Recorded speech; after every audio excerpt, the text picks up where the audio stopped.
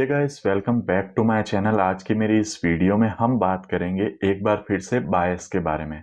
अब शायद ये मेरी बायस से रिलेटेड लास्ट वीडियो हो सकती है, और ऐसा मैं क्यों बोल रहा हूँ क्योंकि मैं ऑलरेडी इस पे 2 वीडियोस बना चुका हूँ। और इससे पहले जो मैंने डाउट सेशन वाली क्लास ली थी उसके अंदर भी मैंने बायस को एक बार और अच्छे से एक्सप्लेन किया था, लेकिन अब मैं ट्राई करूंगा कि मैं बायस को बहुत ज़्यादा सिंपल कर दूं। क्योंकि मैंने जो अभी पोस्ट किया था ना उसके अंदर मैंने देखा कि मोस्टली लोगों को बायस से रिलेटेड कन्फ्यूजन है। और जहां तक मैं समझ पाया हूं ना, उनको बायस में अब कंफ्यूजन नहीं आ रहा है, उनको कंफ्यूजन आ रहा है बायस से रिलेटेड साइकोलॉजी में, उससे रिलेटेड माइंडसेट में। तो आज मैं ट्राई करूंगा कि मैं इसको बहुत ज्यादा सिंपल कर दूं, बहुत ज्यादा आसान कर दूं। तो सबसे पहले मैं क्या करूंगा, आपको एक बार शॉर्ट में बायस फिर से समझाऊंगा। उसके बाद मैं क्या करूंगा, आप लोगों के बायस से रिलेटेड जो भी क्वेश्चंस थे उनको मैं बायस के अंदर मिक्स करके एक बार और आपको समझाऊंगा, जिससे कि मोस्टली आप लोगों के जो भी डाउट्स हैं, कुछ तो बहुत जेन्युइन डाउट है, वो भी आप लोगों के सॉल्व हो जाएंगे। और इस वीडियो के बाद आपके सिर्फ बायस से रिलेटेड नहीं, बहुत सारे डाउट भी सॉल्व हो जाएंगे और आपकी ट्रेडिंग जर्नी भी इंप्रूव होने लगेगी। तो इस वीडियो को ध्यान से देखना। और ये वीडियो देखने से पहले मैं आप लोगों से रिक्वेस्ट करता हूं कि प्लीज मेरी पुरानी वीडियोस को देख लेना। क्यों? क्योंकि इस वीडियो में हम उनसे रिलेटेड डाउट सॉल्व कर रहे हैं। इस वीडियो के अंदर जो भी पुरानी वीडियोस में मैंने पढ़ाया है उसके बाद आपको जो डाउट आए हैं वो हम यहाँ पे सॉल्व कर रहे हैं, इसलिए वो वीडियोस आपके देखी हुई होनी चाहिए। उन सारी वीडियोस का लिंक मैंने नीचे डिस्क्रिप्शन में दिया है, यहाँ पे आपको आई बटन पे भी दिख रहा होगा। तो पहले उनको देख लेना, और प्लीज यार वीडियो को लाइक और इस पे अपना एक कमेंट जरूर करना। और हो सके जिन दोस्तों को बायस में कंफ्यूजन है, जिन दोस्तों को ट्रेडिंग सीखनी चाहिए, उनसे इस वीडियो को शेयर भी कर देना। तो चलो अब अपनी वीडियो को स्टार्ट करते हैं। सबसे पहले मैं आपको फिर से बायस के बारे में समझाता हूँ। देखो, बायस का मतलब होता है सिंपली डायरेक्शन, मतलब मार्केट किस डायरेक्शन में जाना चाहता है उसी को हम क्या कहते हैं, बायस। अब ट्रेडिंग के अंदर सिर्फ 2 डायरेक्शन होती है, या तो मार्केट अपसाइड जाएगा या मार्केट होगा डाउन साइड जाएगा। हमको ये प्रिडिक्ट करना होता है कि मार्केट किस साइड जाएगा। दो में से हमको ये पता करना होता है कि मार्केट किस साइड जाएगा। अब ये डायरेक्शन पता करना क्यों जरूरी है, क्योंकि मान लो अगर मार्केट अपसाइड जाने वाला है तो हमारी जो भी ट्रेड होगी ना वो अपसाइड की डायरेक्शन में होगी, जिससे हमारी विनिंग प्रोबेबिलिटी बढ़ जाए। और अगर मार्केट डाउन साइड आने वाला है, हम अगर प्रिडिक्ट कर देते हैं कि यहाँ से मार्केट नीचे जाएगा, तो हमारी जो भी यहाँ से ट्रेड्स होगी वो डाउन साइड के लिए होगी। और जब हम बायस के साथ, डायरेक्शन के साथ, ट्रेंड के साथ ट्रेड लेते हैं तो हमारी विनिंग प्रोबेबिलिटी ऑटोमेटिकली बढ़ जाती है। तो हमारी एक्यूरेसी को बढ़ाने के लिए, हमारी विनिंग परसेंटेज को बढ़ाने के लिए हमें बायस का नॉलेज होना बहुत जरूरी है। जब तक डायरेक्शन क्लियर नहीं होगी, आप एक ट्रेड अपसाइड की लोगे, उसमें एसएल चला गया तो डाउन साइड की लोगे, उसमें एसएल चला गया तो फिर से अपसाइड की लोगे। आपके माइंड में सिर्फ कंफ्यूजन होगा कि मार्केट ऊपर जाएगा या नीचे जाएगा, और आप हर ऑर्डर ब्लॉक से, हर एफपीजी से, हर पीओआई से ट्रेड लोगे। आपको ये समझ ही नहीं आ रहा है तो आप लोग क्या करोगे, हर एफपीजी, हर ऑर्डर ब्लॉक, हर पीओआई से ट्रेड लोगे, चाहे वो बाइंग का पीओआई हो, चाहे वो सेलिंग का पीओआई हो। और यही सबसे मेन कारण है आपके ओवर ट्रेडिंग का, आपके लॉसेस का। तो आप एक ही जगह पे दोनों डायरेक्शन में ट्रेड लेते हो। मान लो यहाँ पे आपने सेलिंग की ट्रेड ली, यहाँ पे आपने सेलिंग की ट्रेड ली होगी, मार्केट ने क्या किया, थोड़ा सा नीचे आया और फिर ऊपर जाने लगा। जब वो ऊपर जाने लगा ऑब्वियसली आपका एसएल जाएगा, और जब आपका एसएल जाएगा और मार्केट ऐसे ऊपर जा रहा होगा ना, अगर आपकी डायरेक्शन क्लियर नहीं है तो आपको लगेगा कि मैंने सेलिंग की ट्रेड गलत ले ली थी, मैं यहाँ से बाइंग कर लेता हूँ। जैसे ही आप यहाँ से बाइंग करोगे, मार्केट थोड़ा सा ऊपर जाएगा और फिर से आपका एसएल ले लेगा। जब आपका एसएल ले लेगा तब आपको लगेगा कि नहीं यार, मैं तो पहले सही था, मार्केट तो नीचे ही जाने वाला है, और आप डाउन साइड की एक और ट्रेड ले लेते हो। तब मार्केट क्या करता है, और एक पुल बैक लेता है, तब आप और कंफ्यूज होते हो। और इस वजह से क्या होता है, आपकी पहली ट्रेड सही थी, लेकिन आपको पता नहीं था कि आपके बायस डाउन साइड के ही हैं, आपके माइंड में कंफ्यूजन था। और उसी कंफ्यूजन की वजह से जहां पे सिर्फ आपकी एक ट्रेड होनी चाहिए थी, वहां पे आपने 3 से 4 ट्रेड्स ली। 3 से 4 ट्रेड्स लेने की वजह से क्या होगा, आपने यहाँ पे सिर्फ एसएल लिए। और इतने एसएल एक जगह लेने की वजह से सबसे पहले तो आपका कैपिटल कम होगा, दूसरा आपका माइंडसेट वीक होगा, तीसरी आपकी साइकोलॉजी खराब होगी, और चौथा नेक्स्ट टाइम आपको ट्रेड लेने में डर लगेगा। क्यों डर लगेगा? क्योंकि आपने ऑलरेडी 3 से 4 एसएल ले लिए हैं। मान लो यहाँ पे अगर आपकी डायरेक्शन गलत भी होती और आप सिर्फ एक ट्रेड लेते तो आपका एक एसएल लगता, लेकिन उसी जगह पे अब आपके 3 से 4 एसएल लग चुके हैं। और यही कारण है कि अब जो आपका अगला ट्रेड होगा ना, उसमें आपको डर लगेगा। उस डर की वजह से हो सकता है कि आपकी क्वांटिटी कम हो सकता है आप उस ट्रेड में एंटर ही ना करो, आप सिर्फ उसे ऑब्जर्व करो, और जब वो ट्रेड आपकी डायरेक्शन में जाएगा ना, तब आपको सिर्फ और सिर्फ पछतावा होगा। तो इसीलिए इन सब से बचने के लिए हमारी डायरेक्शन बहुत ज़्यादा क्लियर होनी चाहिए, और हमारी डायरेक्शन क्लियर होने के साथ साथ हमें अपने एनालिसिस पे कॉन्फिडेंस भी होना चाहिए, क्योंकि जब तक आपको खुद के एनालिसिस पे कॉन्फिडेंस नहीं होगा, आपके अंदर कोई ना कोई डर तो रहेगा। तो सबसे पहले जानते हैं कि बायस को फाइंड कैसे करते हैं। देखो, बायस कैसे फाइंड होता है? बायस फाइंड होता है या तो पीओआई से या लिक्विडिटी से। सिर्फ ये दो ही तरीके हैं, या तो पीओआई से या लिक्विडिटी से। इनको मिला के हम क्या करते हैं? बायस को फाइंड करते हैं। मार्केट के अंदर बहुत सारी लिक्विडिटी होती है, मार्केट के अंदर बहुत सारे पीओआई भी होते हैं। इन दोनों को मिला के हम क्या करते हैं? अपनी डायरेक्शन को फाइंड करते हैं। कैसे फाइंड करते हैं? हम देखते हैं कि अभी जो हमारा मार्केट चल रहा है ना, वो किसी पीओआई पे है या किसी लिक्विडिटी पे है। हम क्या देखते हैं कि एट प्रेजेंट में जब भी आप मार्केट को देखते हो, हमें ये देखना होता है कि मार्केट कहाँ पे है। क्या उसने कोई पीओआई लिया है या उसने कोई लिक्विडिटी ली है। मान लो मार्केट अप ट्रेंड में है, जैसे अभी गोल्ड का भी मार्केट अप ट्रेंड में चल रहा है, ऐसे चल रहा है, और मार्केट इधर है, यहाँ पे कोई पीओआई है, मार्केट अभी यहाँ पे है। अब ये पीओआई क्या होते हैं, लिक्विडिटी क्या होती है, लिक्विडिटी कितने टाइप की होती है, ये सबको जानने के लिए आपको वीडियो मिल जाएगी नीचे डिस्क्रिप्शन में। पूरी प्लेलिस्ट मैंने दे रखी है, वहां पे जाके आप इजीली देख सकते हो। तो मार्केट अभी पीओआई पे है। जब मार्केट पीओआई पे है, आपको पता है अब मार्केट कहाँ जाएगा? लिक्विडिटी की तरफ। अब मार्केट कहाँ जाएगा? लिक्विडिटी की तरफ। और लिक्विडिटी कौन सी? जो ये स्विंग हाई है, ये वाली लिक्विडिटी। अगर मार्केट पीओआई पे है तो मार्केट कहाँ जाएगा? लिक्विडिटी पे। ये कॉन्सेप्ट आपको क्लियर है, ये आपको पता भी है। मैं एक बार फिर से समझा रहा हूं। अब इसका जाने का तरीका हो सकता है ये इतना फास्ट जाए, ये इतना धीरे जाए, ऐसे जाए स्विंग बनाते बनाते, या फिर ये बहुत ज्यादा ऐसे रेंज करते करते जाए। ठीक है, ऐसे रेंज करते करते ऐसे जाए। ये हम नहीं बता सकते कि मार्केट कैसे जाएगा। हम सिर्फ एक डायरेक्शन को फाइंड कर सकते हैं कि हाँ, अगर मार्केट पीओआई पे आया है तो मार्केट अब कहाँ जाएगा? अपनी लिक्विडिटी की तरफ। लिक्विडिटी जो स्विंग हाई है वहां तक मार्केट जाएगा। अगर सेलिंग का स्ट्रक्चर है, डाउन साइड का स्ट्रक्चर है, तो जस्ट इसका ऑपोजिट हो जाएगा। ठीक है, वहां पे कैसे होगा? मार्केट डाउन ट्रेंड में आ रहा है ऐसे, यहाँ पे किसी वो पीओआई को टैप करेगा, और पीओआई को टैप करेगा तो कहाँ तक जाएगा? इस लिक्विडिटी तक। ऐसे मार्केट मूव करता है। अब मार्केट ने क्या किया? इस लिक्विडिटी को हंट कर दिया। मार्केट ने ऊपर मूव करके क्या किया है? इस लिक्विडिटी को हंट कर दिया। अब मार्केट ने एक लिक्विडिटी ले ली है, और मार्केट जब लिक्विडिटी लेता है तो मैंने आपको बताया हुआ है कि लिक्विडिटी लेने के बाद मार्केट आएगा कोई ना कोई पीओआई लेने के लिए। तो मार्केट क्या करेगा? इधर से रिवर्स होगा। और रिवर्स कब होगा? जब यहाँ पे 3 कैंडल स्विंग बनेगी। यहाँ पे क्या बनेगी? 3 कैंडल स्विंग। वो भी मैंने आपको बताया हुआ है, वो भी आप जाके वीडियो में देख सकते हो। मैं हर एक कॉन्सेप्ट को यहाँ पे एक्सप्लेन नहीं करूंगा, मैं यहाँ पे उन कॉन्सेप्ट के रिलेटेड जो आपके डाउट है उनको सॉल्व करूंगा। ठीक है, तो अगर 3 कैंडल स्विंग आपको नहीं पता है तो आप जाके देख सकते हो। तो मार्केट यहाँ से रिवर्स कब करेगा? जब 3 कैंडल स्विंग बनेगी।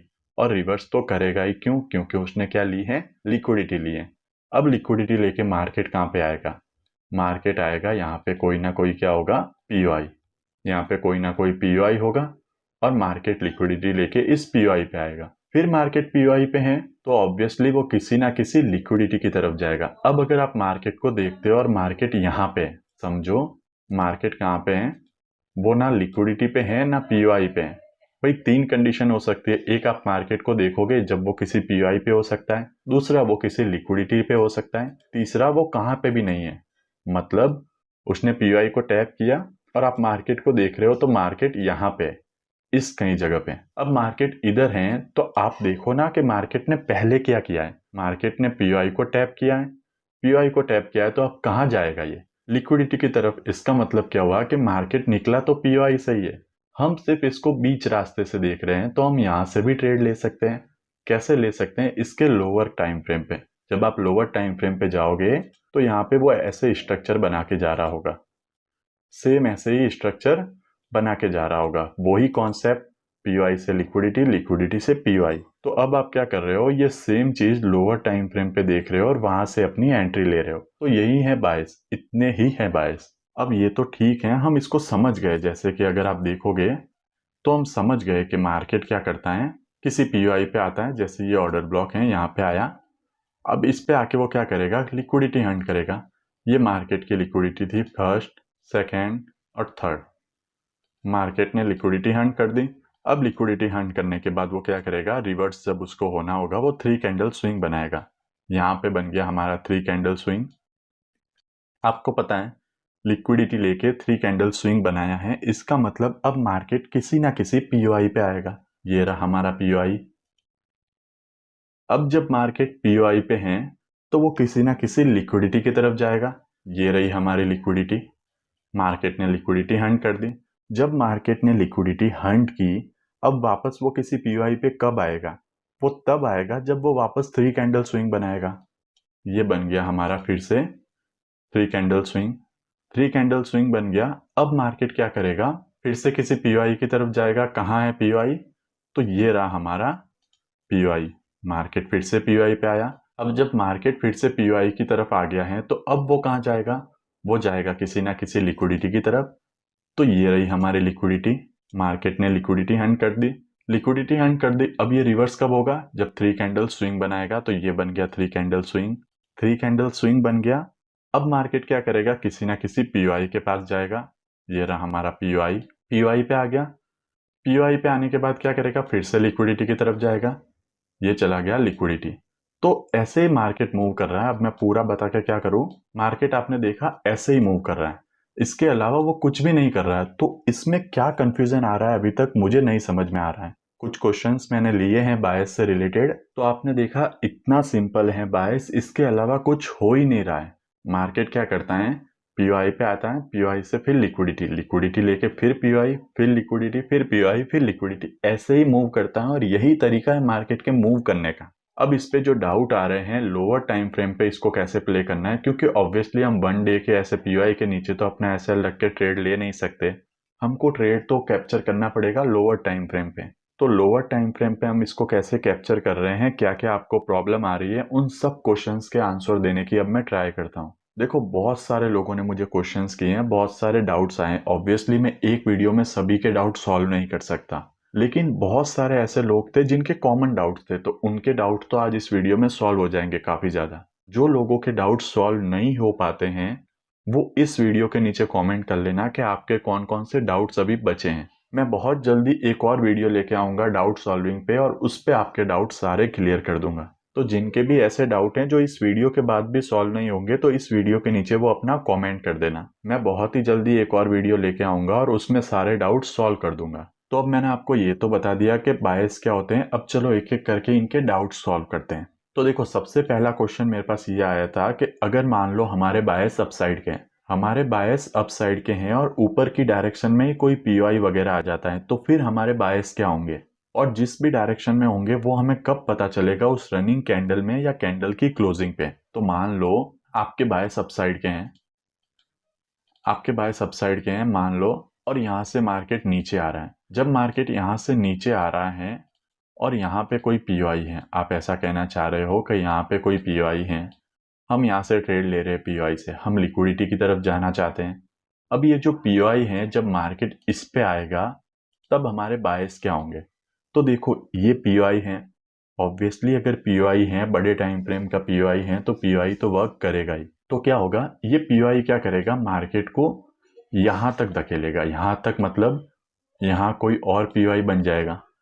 यहाँ जब कोई और पीओआई बन जाएगा तो मार्केट को यहाँ तक लेके आएगा और यहाँ से मार्केट क्या करेगा, ऊपर चला जाएगा, अपनी लिक्विडिटी डन करेगा।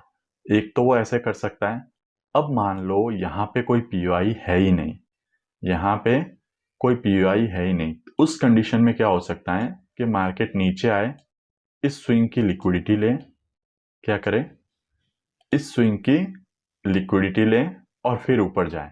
तो ये दो पॉसिबिलिटी हो सकती है कि मार्केट क्या करे, अगर यहाँ पे कोई पीओआई है तो नीचे किसी पीओआई को टैप करके ऊपर जाए, नहीं तो यहाँ की लिक्विडिटी लेके ऊपर जाए, अगर हमारे ओवरऑल बायस जो है वो अपसाइड के हैं। और जहां तक बात रही कि अगर मार्केट इस पीओआई को टैप कर रहा है, उसी टाइम हमको पता चल जाएगा कि ये रिवर्स हो रहा है या डायरेक्टली इस पीओआई को ब्रेक करने वाला है। तो वो हमें उसी टाइम नहीं पता चलेगा, वो हमें पता चलेगा यहाँ पे जो मैंने आपको बताया हुआ है रिवर्सल के लिए जो साइन होते हैं उसके बाद, मतलब टैपिंग, डिस्प्लेसमेंट, रीटेस्ट और फिर एक्सपेंशन। अगर ऐसा कुछ बनता है तो यहाँ से मार्केट रिवर्स होगा। कहाँ तक हो सकता है, ये भी मैंने आपको बता दिया और फिर यहाँ से मार्केट फिर से ऊपर जा सकता है। दूसरा मुझे एक क्वेश्चन पूछा था कि जैसे मैंने आपको ऑलरेडी बोला हुआ है कि ये जो पीओआई है, मल्टीपल पीओआई हैं, मान लो ये एक पीओआई है, ये दूसरा पीओआई है, ये तीसरा पीओआई है। अब अगर बहुत सारे पीओआई हैं तो मैंने आपको बताया हुआ है कि जो बड़े टाइम फ्रेम का पीओआई होता है वो उतना ही पावरफुल होता है और जो छोटे टाइम फ्रेम का होता है वो उतना ही कम पावरफुल होता है। ये मैंने आपको बताया हुआ है। तो मेरे पास एक क्वेश्चन आया था कि मंथली लिक्विडिटी लेने के बाद जब भी मार्केट, समझ लो, मंथली लिक्विडिटी लेता है, जैसे मार्केट ने यहाँ पे मंथली लिक्विडिटी ली, फिर मैंने एक वीडियो में बोला है कि मार्केट अब वीकली पीओआई से फिर से ऊपर चला जाएगा। मार्केट क्या करेगा, वीकली पीओआई को टैप करेगा और फिर से ऊपर चला जाएगा। तो किसी ने मुझसे पूछा कि ऐसा क्यों? अगर मंथली लिक्विडिटी को वो टारगेट कर रहा है तो मार्केट को मंथली पीओआई तक जाना चाहिए और फिर उसके बाद ऊपर जाना चाहिए। तो देखो, मैं आपको एक बात बताता हूँ, हमें क्या करना है, ऐसे बायस फाइंड करने के साथ साथ ओवरऑल बायस को भी देखना है। हमें क्या करना है, मार्केट में बायस फाइंड करने के साथ साथ ओवरऑल बायस कौन सी डायरेक्शन में है वो भी देखना बहुत ज़रूरी है। अब उससे हमें क्या पता चलेगा, एक बार मैं ये आपको बताता हूँ। तो जैसे देखो, ये मंथली चार्ट है, ये मैंने मंथली चार्ट ले लिया। अब जैसे मैंने मंथली चार्ट ओपन किया और मान लो मार्केट कहीं पे मंथली लिक्विडिटी को हंट करता है, मान लो यहाँ पे ही अगर मंथली लिक्विडिटी हंट हो गई, अब ओवरऑल प्राइस आप देखोगे तो बहुत ज़्यादा बुलिश है, प्राइस बहुत ज़्यादा बुलिश है। तो अब आप ये कहोगे कि अगर मंथली लिक्विडिटी हंट हो गई तो प्राइस को वापस इतना नीचे आना चाहिए, क्योंकि मंथली पीओआई तो यहाँ पे है।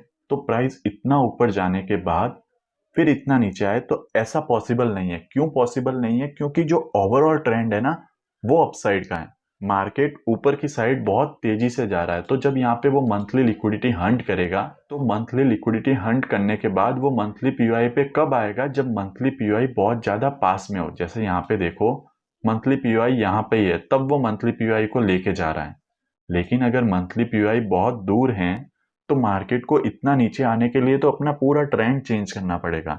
इसलिए मार्केट क्या करता है, मंथली लिक्विडिटी लेने के बाद नीचे जो उससे लोअर टाइम फ्रेम का पीओआई होता है वहां से ही वापस रिवर्स हो जाता है। क्यों रिवर्स हो जाता है? क्योंकि वहां पे आसपास मंथली कोई पीओआई नहीं है, वो बहुत ज्यादा दूर है। और अगर इतना दूर वो इतने बड़े टाइम फ्रेम पे आएगा तो उसके तो पूरे बायस ही चेंज हो जाएंगे, तो ये पॉसिबल नहीं है।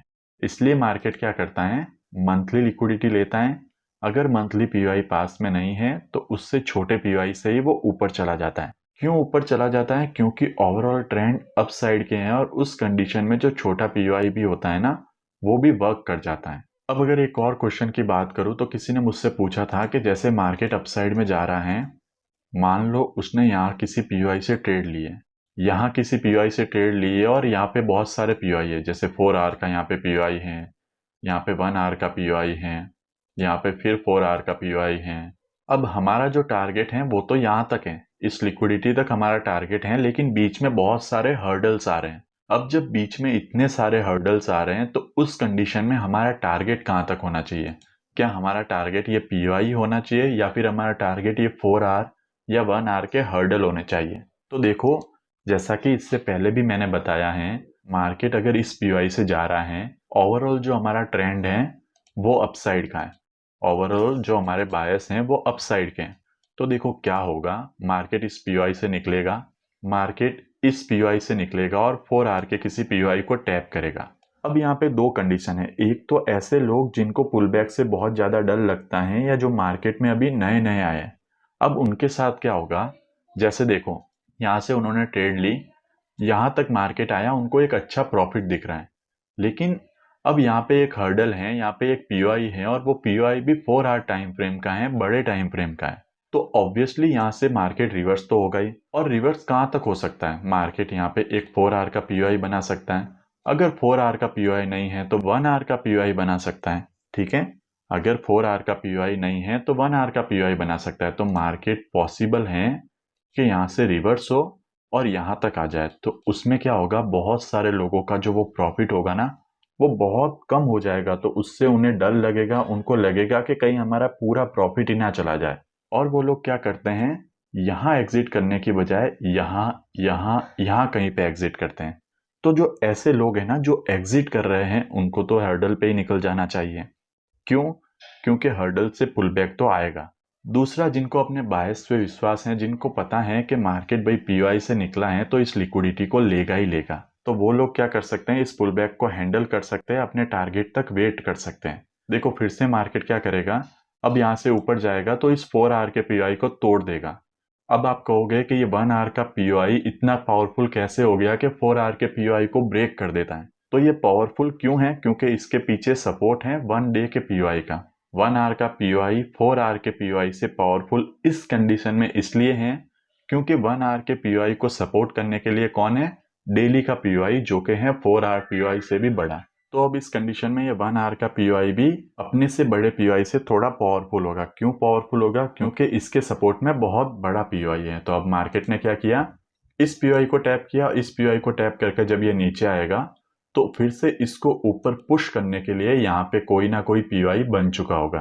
तो अगर आप ये पुल बैक ले सकते हो, अगर आपकी साइकोलॉजी इतनी स्ट्रांग है कि आप इन पुल बैक्स को हैंडल कर सकते हो, और बाय चांस ऐसा भी हो सकता है कि यहाँ से मार्केट आपका एंट्री एसएल भी ले लें, तो उस कंडीशन में भी अगर आपकी साइकोलॉजी इफेक्ट नहीं होती है तो आप ऐसे ट्रेड को होल्ड कर सकते हो, नहीं तो आप किसी पीओआई पे भी कट कर सकते हो।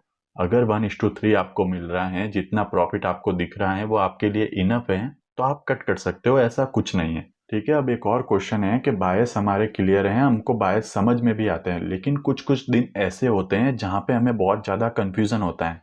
वहाँ पे हमको ना तो डेली बायस समझ में आते हैं, ना वीकली बायस समझ में आते हैं। तो देखो ये बहुत कॉमन है, ऐसा बहुत बार होता है, और इस कंडीशन में हमें सिर्फ एक्सेप्ट करना होता है कि हाँ, अभी जो मार्केट की कंडीशन है, अभी मार्केट जैसा है वहाँ पे बायस में थोड़ी प्रॉब्लम चल रही है, मुझे नहीं समझ में आ रहे हैं, कोई बात नहीं, अब मुझे वेट करना है।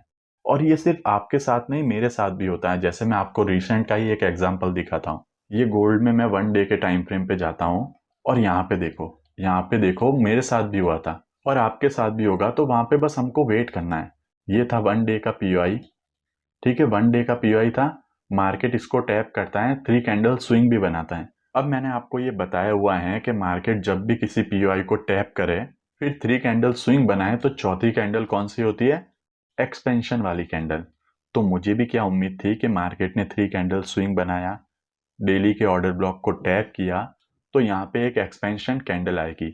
अगर एक्सपेंशन वाली कैंडल नहीं भी आती है तो एटलीस्ट इस एफपीजी तक या फिर इस ऑर्डर ब्लॉक तक तो मार्केट जाएगा ही जाएगा, ऐसी एक कैंडल तो आएगी आएगी, ये मुझे उम्मीद थी और मेरे बायस यहाँ तक थे।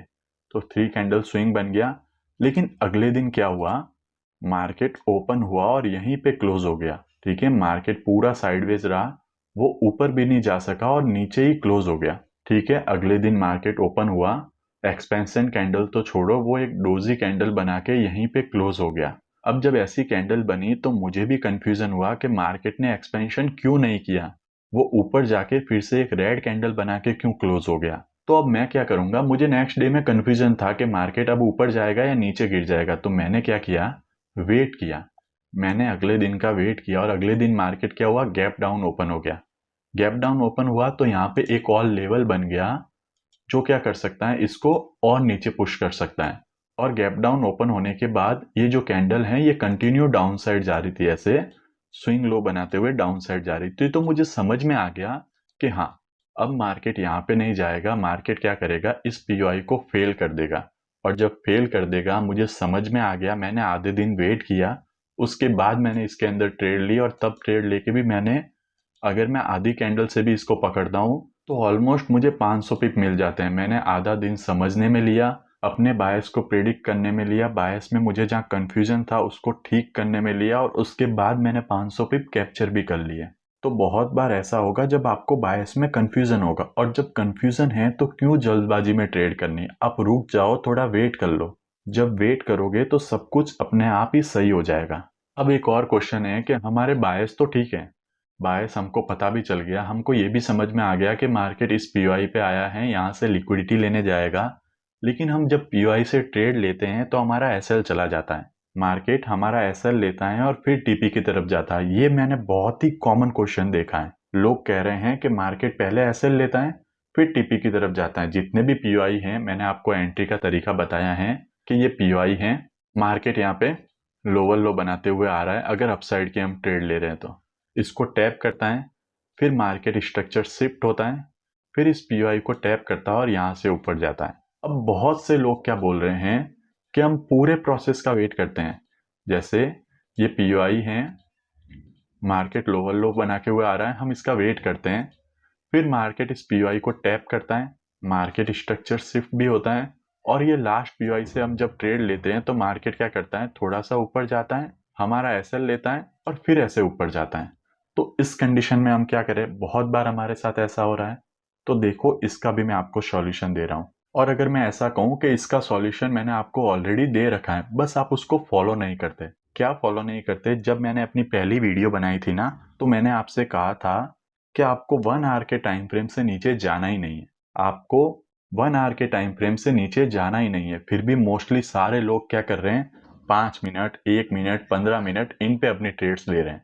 अब मैंने आपको कहा है कि स्टार्टिंग में हमें 1 आवर के टाइम फ्रेम से नीचे नहीं जाना है, फिर भी आप लोग जा रहे हो, तो ऑब्वियसली आपका एसएल लगेगा, ऑब्वियसली मार्केट आपको ट्रैप करेगा। और मुझे पता है ये बात सुनने में बहुत आसान है कि हमें 1 आवर टाइम फ्रेम से नीचे मार्केट को देखना नहीं है, लेकिन जब हम ट्रेडिंग करने बैठते हैं, 1 आवर पे हम चार्ट को देखते हैं ना, तो जो चार्ट की स्पीड होती है, एक सेटअप बनने में जो टाइम लगता है, जितना हमको वेट करना पड़ता है, उतना कोई नहीं कर पाता। और जब आप वेट नहीं कर पा रहे हो, आप डिसिप्लिन नहीं हो, तो आपके एसएल जाएंगे। मैं आपको बताता हूँ, अगर आप 1 आवर टाइम फ्रेम को यूज करते हो तो आप कितने अच्छे ट्रेड्स ले सकते हो। और दूसरा ये है कि आपने एक चीज को इतना प्रैक्टिस ही नहीं किया है। मान लो आप मार्केट स्ट्रक्चर शिफ्ट पे ट्रेड ले रहे हो, आप पीओआई से ट्रेड ले रहे हो, एक दिन आपका एसएल चला जाता है। अब एसएल चला गया ना, तो आपको लगता है कि भाई ये तो बकवास है, ये काम नहीं करता। अगले दिन आप क्या करोगे, सीआईएसडी देखोगे कि मैं तो सीआईएसडी से ट्रेड लूंगा, ये तो काम ही नहीं करता। और समझो कोई इंसान सीआरटी ट्रेड कर रहा है, सीआरटी में उसका एसएल चला गया, तो अगले दिन वो क्या करता है, दूसरी स्ट्रेटेजी अप्लाई करता है, दूसरा कॉन्सेप्ट अप्लाई करता है। क्यों? क्योंकि उसका एक एसएल चला गया। तो ये भी एक रीजन है आपके प्रॉफिटेबल नहीं होने का। चलो एक बार इस बात को साइड में रखते हैं और मैं आपको कुछ दिखाता हूँ। जैसे देखो, यही एग्जांपल देखते हैं। यहाँ पे देखो, ये डेली का ऑर्डर ब्लॉक था। डेली के ऑर्डर ब्लॉक से मैंने अपनी ट्रेड ली थी और मेरे टारगेट कहाँ तक थे? ऑब्वियसली मेरे टारगेट कहाँ तक थे, इस एफपीजी तक। यहाँ तक मेरे टारगेट थे। क्यों यहाँ तक थे? क्योंकि मुझे इतना विश्वास था कि मार्केट क्या करेगा, अगर इस पीओआई को टैप कर रहा है तो वो एटलीस्ट इस एफपीजी तक तो जाएगा ही जाएगा। अगर उसको रिवर्स भी होना है तो वो इस एफपीजी से या इस ऑर्डर ब्लॉक से रिवर्स होगा, उससे पहले नहीं होगा। अब इसके अंदर मैं गलत हुआ, लेकिन कोई बात नहीं। मैं अगर 1 आवर में आपको दिखाऊं तो यहाँ से ट्रेड भी बहुत अच्छी मिली थी। ये रहा 1 आवर टाइम फ्रेम, ये रहा 1 आवर टाइम फ्रेम, और देखो मार्केट ने इस एफपीजी को टैप किया। ये है डेली का एफपीजी। जब डेली के एफपीजी को टैप किया तो मैंने दो तरीके आपको बताए थे, या तो मार्केट स्ट्रक्चर शिफ्ट हो, मार्केट स्ट्रक्चर शिफ्ट हो गया लेकिन यहाँ पे क्या है, कोई भी पीओआई नहीं है, या फिर मार्केट स्ट्रक्चर शिफ्ट नहीं होता तो 1 आवर में एटलीस्ट कोई पीओआई बने। यहाँ पे दोनों ही कंडीशन नहीं हुई है। हाँ, मार्केट स्ट्रक्चर शिफ्ट हुआ है लेकिन 1 आवर पे यहाँ पे कोई भी पीओआई नहीं है। तो क्या हम यहाँ से ट्रेड लेंगे? नहीं लेंगे। हम क्या करेंगे, वेट करेंगे। ठीक है, मैंने वेट किया। अब वेट किया तो देखो मार्केट फिर से यहाँ पे आया और फिर से ऊपर गया, लेकिन 1 आवर में कोई भी पीओआई नहीं है। तो फिर से मैंने क्या किया, वेट किया। जब वेट किया, मार्केट फिर से नीचे आया और अब ऊपर गया, तब उसने क्या बनाया, ये रहा लास्ट एफपीजी ऑर्डर ब्लॉक। ये रहा लास्ट एफपीजी और ऑर्डर ब्लॉक उसने बनाया। तो यहाँ पे मार्केट ने इसको टैप किया और यहाँ से मैंने अपनी ट्रेड ली थी। मेरा टारगेट था इस लिक्विडिटी तक। मार्केट यहाँ से गया, इतना ऊपर गया, लेकिन इस लिक्विडिटी को हंट नहीं कर पाया। अब मार्केट देखो कितना ऊपर गया है। यहाँ से मार्केट गया है ऑलमोस्ट 860 पिप्स। मेरा टारगेट कितना था, 950 पिप्स। मार्केट गया है 860 पिप्स। इतना मार्केट ऊपर जाके फिर रिवर्स हुआ और मान लो मेरा एसएल गया। अब देखो सबसे बड़ी बात, जब मार्केट इतना ऊपर गया है तो हम एसएल तो लेंगे नहीं, लेकिन फिर भी कुछ लोग कह देते हैं कि टारगेट नहीं आया तो हम तो एसएल ही कंसीडर करेंगे। तो मैं ये भी एक्सेप्ट करता हूँ कि यहाँ पे मेरा एसएल चला गया। तो क्या अब मेरा एक एसएल चला गया है तो मैं अगली बार इसको यूज नहीं करूंगा? मुझे डाउट आ जाएगा क्या अपनी स्ट्रेटेजी पे कि मैंने जो पढ़ा है, मैंने जो सीखा है वो वर्क नहीं करता, उससे तो मेरा एसएल चला गया। हालांकि ये एसएल नहीं है, 800 पिप आपको मिले, लेकिन फिर भी मैं कंसीडर करता हूँ कि मार्केट इतना ऊपर भी नहीं जाता और यहाँ से ही रिवर्स हो जाता, चलो ठीक है, और हमारा एसएल चला जाता।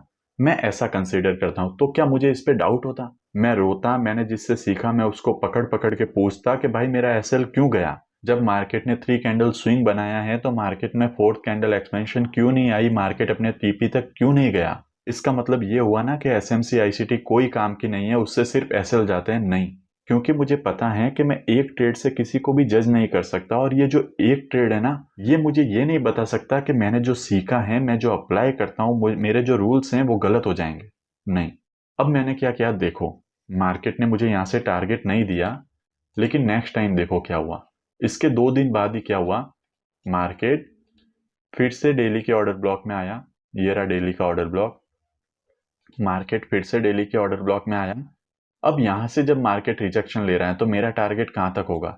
एफपीजी ऑलरेडी फिल्ड है, तो मेरा टारगेट होगा ये ऑर्डर ब्लॉक, कि मार्केट डेली के इस ऑर्डर ब्लॉक तक जाए। फिर से हम 1 आवर में चलते हैं कि 1 आवर में यहाँ पे क्या हुआ था। ये आ गए हम 1 आवर में। अब 1 आवर में देखो, मार्केट ने ऑर्डर ब्लॉक को टैप किया, डिस्प्लेसमेंट दिया। ये रहा हमारा लास्ट ऑर्डर ब्लॉक। ठीक है, यहाँ पे लोअर टाइम फ्रेम पे मैंने कंफर्मेशन लेके ट्रेड ली। इस ऑर्डर ब्लॉक के नीचे मेरा एसएल, और मेरा टारगेट क्या था? ये टारगेट था, ये आ गया टारगेट 1100 पिप्स का। अब इतना होल्ड करना मेरे लिए कोई बड़ी बात नहीं है, मैंने आपको टेलीग्राम पे भी शेयर किया हुआ है जब मैंने एक एक हजार पिप्स मार्केट में होल्ड किए। पर देखो, सेम कॉन्सेप्ट है, यहाँ पे मैंने सेम चीज अप्लाई की, मेरा टीपी नहीं आया, मेरा एसएल चला गया। ऑब्वियसली टीपी के बहुत क्लोज आया था और इतनी देर में बहुत ज्यादा प्रॉफिट भी हो रहा था, लेकिन मैं फिर भी एसएल कंसीडर करता हूं और मेरा यहाँ पे एसएल चला गया। सेम कॉन्सेप्ट को मैंने दूसरी बार अप्लाई किया और मेरा टीपी आया। तो ट्रेडिंग यही तो है, आप 100% टाइम सही नहीं हो सकते हैं, ये बात आपको समझनी होगी। आपके जो रूल्स हैं, आपको बस अपने रूल्स को फॉलो करना है। फिर मार्केट आपको टारगेट दे, फिर मार्केट आपको एसएल दे, उससे आपको कोई मतलब नहीं है। बस जो भी आपने सीखा है, जो भी आपके रूल्स हैं, वो ऐसे होने चाहिए कि जितनी बार उस रूल्स की वजह से आपके टारगेट आते हैं, उससे कम आपके एसएल जाए। और मुझे पता है, मैं इसको फॉलो करता हूं, तो जितनी बार मेरे टारगेट आते हैं उससे बहुत कम मेरे एसएल जाते हैं। पर एसएल तो जाते ही हैं, ऐसा कभी नहीं होगा कि एसएल नहीं जाएगा। लेकिन आपको क्या करना है, आपने जो सीखा है, आपके जो रूल्स हैं, उसको फॉलो करना है, उस पर अपना विश्वास रखना है। तो एक बार मेरा टारगेट नहीं आया, लेकिन अगली बार मेरा टारगेट आ गया। ठीक है। और दूसरी चीज, जो लोगों के बार बार एसएल जाते हैं पीओआई के अंदर, तो भाई मैंने बोला है 1 आवर के नीचे नहीं जाना है। अब मैं आपको दिखाता हूं, अगर आप 1 आवर फॉलो करते हो तो क्या क्या आपके साथ हो सकता है। मैं एक बार ये सब रिमूव करता हूं और मैं 1 डे के टाइम फ्रेम पे चला जाता हूं। ये रहा 1 डे का टाइम फ्रेम। अब यहाँ पे देखो, मान लो यहाँ से मार्केट क्या कर रहा है, इस पीओआई से रिजेक्ट हो रहा है। आपको पता है मार्केट पीओआई से रिजेक्ट हो रहा है। आपका पहला टारगेट होगा ये, और आपका दूसरा टारगेट होगा, जब तक यहाँ पे 3 कैंडल स्विंग ना बन जाता, ठीक है, वो यहाँ पे बन रहा है, तब तक आपके बायस अपसाइड के हैं। आप यहाँ से ट्रेड लेते हो, और आपकी जो ट्रेड है ना, वो 1 आवर के नीचे नहीं होगी। मैं एक बार सारे डेज पे मार्क कर देता हूँ।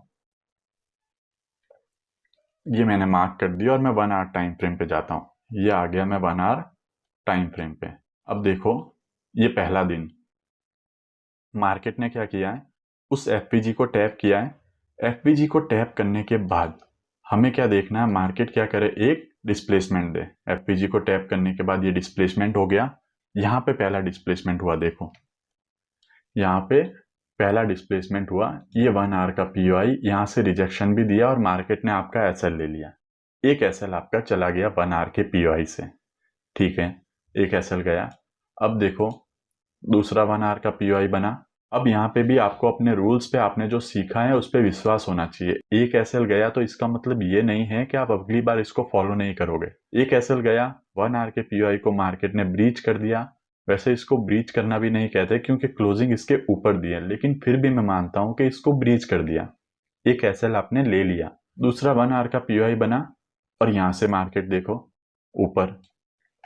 तीसरा 1 आवर का एफपीजी ऑर्डर ब्लॉक बना, यहां से मार्केट ऊपर।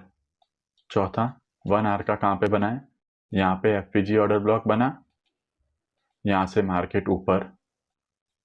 और देखो कहां पे बन रहा है, जहां तक 3 कैंडल स्विंग नहीं बन रहे हैं, 1 आवर का एफपीजी ऑर्डर ब्लॉक बन रहा है, और वहां से मार्केट ऊपर। एक बार मैं इसको रिमूव करता हूं।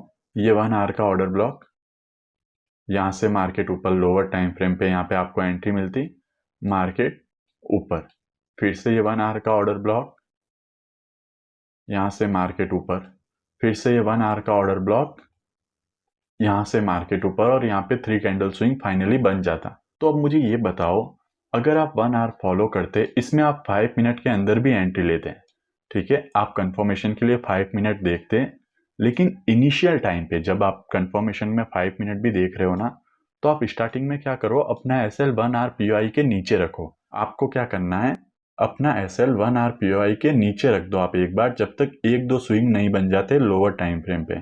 जब एक दो स्विंग बन जाते हैं उसके बाद आप अपना एस एल यहाँ तक ट्रेल कर सकते हो। उसके बाद आप अपना एस एल, ये जो स्विंग लो है ना, यहाँ तक ट्रेल कर सकते हो। अब देखो, यहाँ पे मार्केट ने पहले टैप किया, ऊपर गया, फिर वापस आया, इसकी लिक्विडिटी लेके ऊपर गया। अब कुछ भी हो, अगर आपका एस एल यहाँ पे है तो आपको क्या मतलब मार्केट इसके अंदर कुछ भी करे। मार्केट ने एक बार इसको ब्रीच किया, एक बार आपका एसएल लिया, लेकिन 5 से 6 बार आपको रिवॉर्ड भी दिया। तो ये होता है एक्यूरेसी, ये होता है विनिंग रेट। आपने यहाँ से ट्रेड लिया, 5 मिनट की कंफर्मेशन देख के ट्रेड लिया, एक बार आपने अपना एसएल यहाँ पे रख दिया, यहाँ से ट्रेड लिया, यहाँ से ट्रेड लिया, यहाँ से ट्रेड लिया, यहाँ से ट्रेड लिया, यहाँ से ट्रेड लिया, एक बार आपका एसएल गया, लेकिन हर बार आपको रिवॉर्ड मिला है। और अगर आप अपना एसएल इतना नीचे रख रहे हो तो यहाँ से भी आपको 1:3 मिलेगा। ऐसा नहीं है कि यहाँ से आपको 1:3 नहीं मिल रहा है। अब ये तो बहुत बुलिश मार्केट है, कोई कहेगा कि बहुत बुलिश मार्केट है इसलिए वर्क कर गया, हमें दूसरे मार्केट में भी बताओ। तो देखो, मैं फिर से 1 डे के टाइम फ्रेम में जाता हूँ। ये आ गया मैं 1 डे के टाइम फ्रेम पे, और यहाँ पे देखो, ये रहा हमारा एक ऑर्डर ब्लॉक। आपको पता है कि डेली ऑर्डर ब्लॉक से अगर मार्केट निकलेगा, यहाँ तक सारे पीओआई टैप हैं, तो प्राइस कहाँ तक जा सकता है।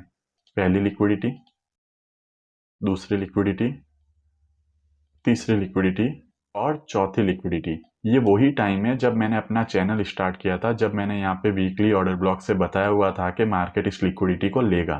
ठीक है, यहाँ पे वीकली ऑर्डर ब्लॉक या एफपीजी था और मैंने बताया हुआ था कि मार्केट इस लिक्विडिटी को हंट करेगा। अब देखो, आपने क्या किया, यहाँ से आप ट्रेड ले रहे हो, आप 1 आवर के नीचे नहीं जाते। आप जो भी पीओआई वगैरह देखते हो 1 आवर पे देखते हो। तो एक बार मैं यहाँ पे भी सारे डेज को मार्क कर देता हूँ।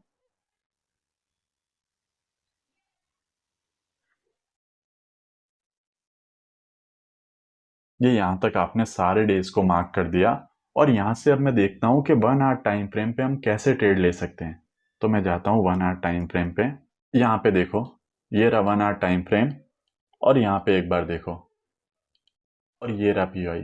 मार्केट ने इसको टैप किया, इसको टैप करके हमको एक ट्रेड मिली। अगर आप एसएल इसके नीचे रखते हो, आपने एसएल इसके नीचे रखा, आपको 1:3 मिल रहा है, ऑब्वियसली आपको 1:3 मिल रहा है। दूसरा ट्रेड आपको कैसे मिलेगा, उसके बाद मार्केट नीचे आया, इसकी लिक्विडिटी ली, अब यहाँ से हम ट्रेड नहीं ले सकते थे, मार्केट ऊपर गया। अब जब ऊपर गया तो हमारे पास कौन कौन से लेवल है, एक तो है ये लास्ट पीओआई, दूसरा क्या है, ये मिटिगेशन ब्लॉक। अब यहाँ पे देख लो, एक और क्वेश्चन मुझसे बहुत ज़्यादा पूछा जाता है कि जब मल्टीपल पीओआई हो तो कौन सा वर्क करेगा, वो हम कैसे पता करें। तो वो मुझे भी नहीं पता है। अब ये वर्क करेगा, ये वर्क करेगा, मुझे भी नहीं पता है। कैसे मुझे पता चलेगा, जब मार्केट इसको टैप करेगा और 5 मिनट पे क्या करेगा, वो इसको टैप करेगा, डिस्प्लेसमेंट देगा, रीटेस्ट करेगा, तब मैं अपनी एंट्री ले लूंगा। अब उसके बाद मेरा एसएल जाता है, टीपी आता है, वो मार्केट के हाथ में। तो ये दो लेवल हमारे पास है। यहाँ से आपने ट्रेड ली, 1 आवर का लेवल है, 1 आवर के मिटिगेशन ब्लॉक के नीचे आपका एसएल देखो, 1:8, 1:9 कितना ले सकते हो, लेकिन आपने इस लिक्विडिटी तक टारगेट लिया और आपको मिल गया। तीसरा ट्रेड, ये 1 आवर का एफपीजी, यहाँ से आपको ट्रेड मिली, आपने कंफर्मेशन के साथ ले ली। चौथा ट्रेड, ये 1 आवर का ऑर्डर ब्लॉक, मार्केट इसको टैप करता है, और टीपी। क्या 1 आवर के किसी भी पीओआई को ब्रीच कर रहा है, नहीं कर रहा है। अगला ट्रेड, ये 1 आवर का ऑर्डर ब्लॉक, अगले दिन भी आपको एक ट्रेड मिल गया। ये जो लाइन से, ये पूरा एक दिन है, तो एक दिन के अंदर देखो आपको ट्रेड भी मिल रहे हैं। उसके अगला दिन, ये फर्स्ट पीओआई, यहाँ से ट्रेड मिली, फिर ऊपर। उसके नेक्स्ट डे, ये रहा 1 आवर का एक पीओआई, यहाँ से एक ट्रेड मिली और यहाँ से मार्केट ऊपर। अब आप 5 मिनट के लेवल के नीचे अपने एसएल रखते तो यहाँ पे बहुत बार आपके एसएल जाते, लेकिन आपने इनिशियल टाइम पे क्या किया, आपने 5 मिनट पे कंफर्मेशन तो देखी। एंट्री आपको कंफर्मेशन देखने के बाद ही लेनी है, और एंट्री लेने के बाद आपने इनिशियल टाइम पे अपना एसएल यहाँ पे रख दिया। तो देखो, फिर से आपको रिवॉर्ड मिला।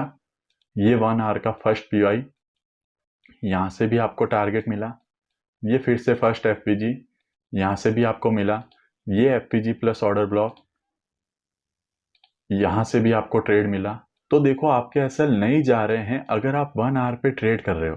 आपके एसएल जाने का सबसे बड़ा कारण ही ये है कि आप जो ट्रेड कर रहे हो ना वो लोअर टाइम फ्रेम पे कर रहे हो। पर दिक्कत क्या है कि लोग इसको फॉलो नहीं कर पाते। क्यों नहीं कर पाते? क्योंकि मैं आपको बताता हूँ।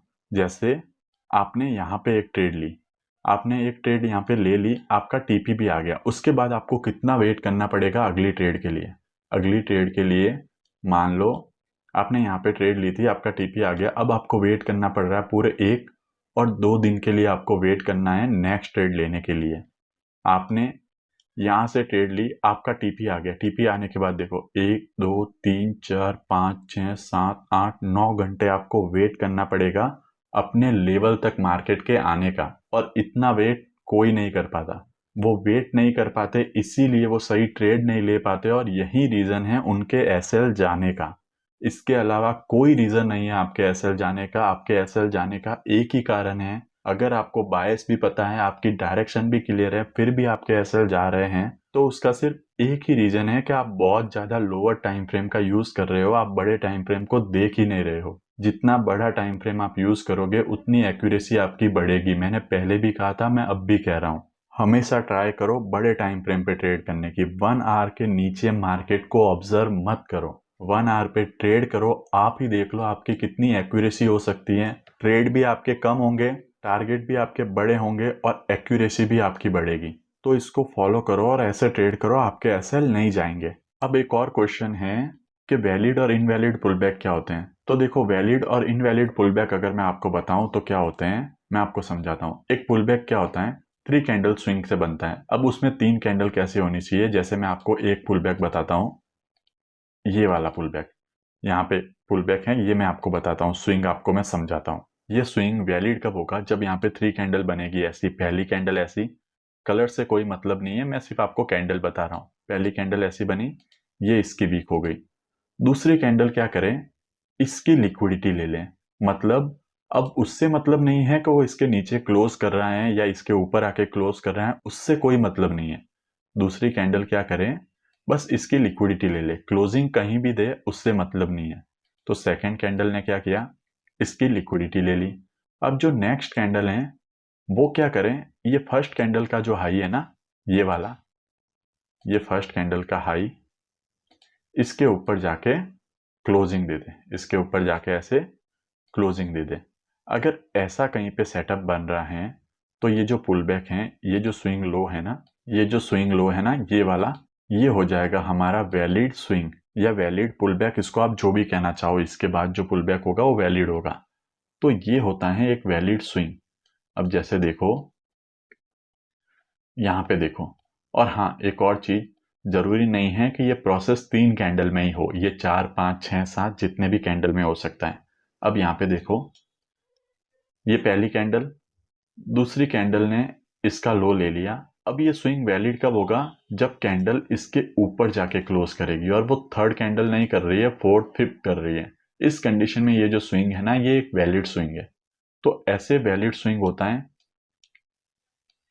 जैसे यहाँ पे भी देखो, ये फर्स्ट कैंडल, सेकंड ने इसका लो लिया, थर्ड यहाँ पे बनी, तो अब ये जो स्विंग बना ये वैलिड है? नहीं, ये वैलिड नहीं है। ये वैलिड कब होगा, जब नेक्स्ट कैंडल इस फर्स्ट वाली कैंडल के ऊपर जाके क्लोज करेगी।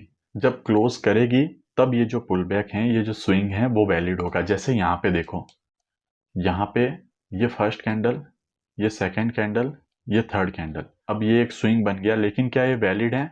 नहीं, ये वैलिड नहीं है। ये वैलिड कब होगा, जब नेक्स्ट कैंडल इस कैंडल के ऊपर जाके क्लोजिंग देगी।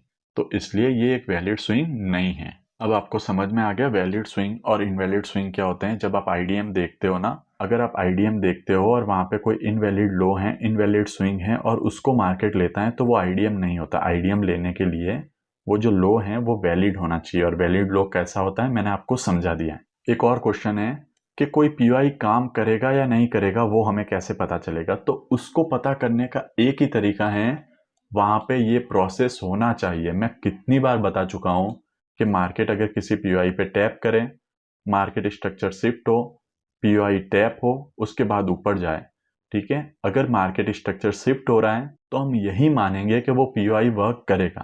अब उसके बाद भी हमारा एसएल ले लेता है तो हम कुछ नहीं कर सकते। कोई भी पीओआई कब वर्क करेगा? जब उस पीओआई पे उससे लोअर टाइम फ्रेम में मार्केट स्ट्रक्चर शिफ्ट हो। वो हो रहा है तो हम ये मानते हैं कि वो वर्क करेगा, उसके वर्क करने के चांसेस बढ़ जाते हैं। अब वो 100% वर्क करेगा या नहीं करेगा ये हमें भी नहीं पता। हम सिर्फ क्या कर सकते हैं, अपने रूल्स को फॉलो कर सकते हैं। तो यार ये एक बहुत बड़ी प्रॉब्लम है। लोग ये चाहते हैं कि उनका कभी एसएल ही न जाए। अगर आप ये थिंकिंग लेके ट्रेडिंग में आ रहे हो तो नहीं कर पाओगे, कभी आप ट्रेडर नहीं बन पाओगे। आपको हमेशा अपने मंथली पूरे रिकॉर्ड को चेक करना है। एक मंथ में आपकी जितनी भी ट्रेड हो रही है उसके बाद आपको देखना है कि आपका क्या रिजल्ट आ रहा है। तब आपको ये पता चलेगा कि आप प्रॉफिटेबल बन रहे हो या फिर आप ब्रेक इवन पे हो या फिर आप लॉस में हो। आप एक दिन से 2 दिन से ये कभी नहीं पता कर सकते। अगला क्वेश्चन है कि बीटीसी के अंदर हम कैसे ट्रेड लें, क्योंकि बिटकॉइन के अंदर जब भी हम ट्रेड करते हैं मार्केट पीओआई पे आता है, उसको ब्रीच कर देता है और फिर हमारी डायरेक्शन में जाता है। तो हाँ, बिटकॉइन में ये दिक्कत है। बिटकॉइन को अगर आपने ऑब्जर्व किया होगा तो आपने देखा होगा कि बिटकॉइन पीओआई से लिक्विडिटी और लिक्विडिटी से पीओआई पे नहीं चलता। बिटकॉइन क्या करता है, लिक्विडिटी टू लिक्विडिटी चलता है। जैसे मैं आपको बताता हूँ, ये रहा बिटकॉइन का चार्ट। अब बिटकॉइन पीओआई से लिक्विडिटी, लिक्विडिटी टू पीओआई ऐसे रन नहीं करता है। आपको बिटकॉइन में कब ट्रेड लेनी है, जब कोई लिक्विडिटी हंट हो। जैसे ये रहा हमारा ऑर्डर ब्लॉक, लेकिन बिटकॉइन ने क्या किया है, इसकी लिक्विडिटी ली है। ये रहा हमारा ऑर्डर ब्लॉक, यहाँ पे बिटकॉइन ने क्या किया है, इसकी लिक्विडिटी ली है। और मैं आपको बताऊं, ये रहा हमारा ऑर्डर ब्लॉक, यहाँ पे भी बिटकॉइन ने इसकी लिक्विडिटी ली है। और अगर मैं आपको बताऊं तो ये रहे ऑर्डर ब्लॉक, इसकी भी लिक्विडिटी ली है। और मैं आपको बताऊं तो ये रहा ऑर्डर ब्लॉक, लेकिन यहाँ से ऑर्डर ब्लॉक से ही गया है। और मैं बताऊं, ये रहे ऑर्डर ब्लॉक, इसकी लिक्विडिटी ली है। तो आप देख रहे हो बिटकॉइन में क्या हो रहा है। आप अगर यहाँ पे देखोगे तो आपको पता चलेगा कि जितने भी ऑर्डर ब्लॉक है ना, मोस्टली उनकी लिक्विडिटी ली जा रही है। जैसे यहाँ पे भी एक और ऑर्डर ब्लॉक है, इसकी भी यहाँ पे लिक्विडिटी ली गई है। तो अब देखो, ट्रेडिंग जो है वो प्रोबेबिलिटी का गेम है। यहाँ पे अगर आप देखोगे तो ज्यादातर क्या हो रहा है, पीओआई की लिक्विडिटी ली जा रही है। तो बिटकॉइन में हम कब ट्रेड करेंगे, जब किसी पीओआई की लिक्विडिटी ली जाएगी। ठीक है, ये हमें खुद से समझना पड़ता है। हर एक चार्ट का अपना अपना अलग बिहेवियर होता है। तो अब आपको समझ में आ गया कि बिटकॉइन को आपको कैसे ट्रेड करना है। तो हर एक चार्ट को आप ऑब्जर्व करने की कोशिश करो कि उसमें क्या हो रहा है। बिटकॉइन में अगर बहुत बार पीओआई की लिक्विडिटी ली जा रही है, मतलब बिटकॉइन क्या करता है, लिक्विडिटी कॉन्सेप्ट पे वर्क करता है। अब वीडियो काफी ज्यादा लंबी हो रही है, मैं एक दो डाउट और लेता हूँ फिर वीडियो को क्लोज करता हूँ। देखो, एक डाउट है कि हमको प्रॉफिटेबल बनने के लिए क्या करना होगा। हमको क्या सिर्फ एक ही स्ट्रेटेजी को यूज करना होगा? तो बिल्कुल ठीक बोल रहे हो आप। अगर आप प्रॉफिटेबल बनना चाहते हो तो आपको सिर्फ और सिर्फ एक स्ट्रेटेजी को यूज करना है। आपने ब्रूस ली की एक लाइन सुनी होगी। ब्रूस ली का कहना है कि ब्रूस ली को उस इंसान से डर नहीं लगता जिसने 10,000 किक को एक बार प्रैक्टिस की है। ब्रूस ली को उस इंसान से डर लगता है जिसने एक किक को 10,000 बार प्रैक्टिस किया है। क्यों? क्योंकि तब उसने उस किक को मास्टर कर लिया होता है। ठीक वैसे ही ट्रेडिंग में वो प्रॉफिटेबल नहीं बनता जिसने 100 स्ट्रेटेजी पे 2-3 ट्रेड लिए हुए हो। ट्रेडिंग में प्रॉफिटेबल वो बनता है जिसने एक स्ट्रेटेजी पे 100 ट्रेड लिए हो, क्योंकि तब उसे उस स्ट्रेटेजी का सब कुछ पता चल जाता है। उसको इतना एक्सपीरियंस हो जाता है कि उसे समझ आने लग जाता है कि कब ये स्ट्रेटेजी वर्क करेगी, कब ये फेल होगी। इसीलिए मैं आपको हमेशा कहता हूं कि एक स्ट्रेटेजी को फॉलो करो, उस पर जितने हो सके उतने ट्रेड्स लो। लेकिन ये कोई नहीं करता। एक एसएल जाने के बाद सबको नई स्ट्रेटेजी चाहिए। और यार मैंने देखा है, लोग बहुत ज्यादा, अगर कुछ भी उनके अकॉर्डिंग नहीं होता तो वो बहुत कुछ बोल देते हैं। ऐसे लोगों को सिर्फ मैं यही कहना चाहता हूँ कि भाई आप लोग ट्रेडिंग छोड़ दो, कहीं पे काम करो, आप खुश रहोगे। ट्रेडिंग आपके बस की नहीं है। आपको बुरा लगे कुछ भी हो, लेकिन आप ट्रेडर कभी नहीं बन सकते। एक इंसान जिसको मैंने फंडेड गिव अवे किया था, उसका अकाउंट ब्रीच हो गया। उसका कहना है कि मैंने तो सिर्फ $30 का लॉस लिया था, फिर भी मेरा अकाउंट ब्रीच हो गया, ये तो एक स्कैम है। अरे भाई, कोई ना कोई रूल ब्रीच किया होगा तभी अकाउंट ब्रीच हुआ है ना। क्योंकि जो मैंने गिव अवे की है ना, उसमें से एक इंसान ने अकाउंट पास भी किया है और उसने पे आउट भी लिया है। मेरे पास मैसेज आया था, जिनको भी मैंने अकाउंट गिव अवे किए है ना, उसमें से एक ने $500 का पे आउट भी लिया है। तो अगर आप खुद पे फोकस करते तो आप भी पे आउट ले सकते थे, नहीं तो आप ऐसे ही रोते रहोगे हमेशा। आपके लिए भाई सब कुछ स्कैम ही है, ट्रेडिंग ही एक स्कैम है। तो प्लीज ट्रेडिंग छोड़ दो, घर पे अपना काम करो, जो भी आप काम करते हो वो। ट्रेडर बनने के सपने मत देखो, ट्रेडिंग तो एक स्कैम है। आज प्रॉफिट होता है, कल लॉस भी होता है। और एक और क्वेश्चन सीआरटी से रिलेटेड कि सीआरटी में हमारे एसएल जा रहे हैं, तो देखो सीआरटी में एसएल क्यों जा रहे हैं, उसका यही रीज़न हो सकता है कि आप लोग जो सीआरटी को यूज़ कर रहे हो ना, वो बायस के ऑपोजिट डायरेक्शन में यूज़ कर रहे हो। तो ट्राई करो हमेशा सीआरटी को बायस की डायरेक्शन में यूज़ करने का, तो आपके एसएल नहीं जाएंगे। एक और क्वेश्चन, ये लास्ट क्वेश्चन है कि अगर मेरा दिन का प्रॉफिट स्टार्टिंग में ही बन गया, सुबह एक ट्रेड ली, उसमें ही मेरे जो दिन का टारगेट था वो प्रॉफिट बन गया, तो मुझे और ट्रेड लेनी चाहिए या नहीं लेनी चाहिए? तो यार क्यों लेनी है और ट्रेड? जो आपने टारगेट रखा था वो आपको मिल गया उस दिन का, तो आपको और ट्रेड क्यों लेनी है? आप उस दिन अपना पीसी बंद करो, आराम से अपनी लाइफ को एंजॉय करो। देखो अगर आप एक और ट्रेड लोगे और बाय चांस उसमें प्रॉफिट हो गया, तो अब आपका माइंडसेट कैसा हो जाएगा कि अगर मेरे दिन का टारगेट भी बन गया है तो मुझे और ट्रेड करनी है। एक दिन आपको अगली ट्रेड में भी प्रॉफिट हो जाएगा, लेकिन जिस दिन लॉस होगा ना, आपका जो दिन का टारगेट था आप उससे वापस नीचे आ जाओगे, और फिर उसको रिकवर करने के लिए आप ओवर ट्रेडिंग करोगे और हो सकता है कि आपकी साइकोलॉजी खराब हो जाए। तो अगर आपके दिन का टारगेट आ गया है तो आप उसको लेके एंजॉय करो। ठीक है, तो आज की वीडियो यहीं तक थी। मुझे उम्मीद है कि आपके बहुत सारे डाउट सॉल्व हुए होंगे, आपको बहुत कुछ सीखने को मिला होगा। अगर आपको वीडियो अच्छा लगा है तो इसे लाइक करना, शेयर करना अपने दोस्तों के साथ, और मेरे इस चैनल को सब्सक्राइब भी कर देना। मिलते हैं अगली वीडियो में।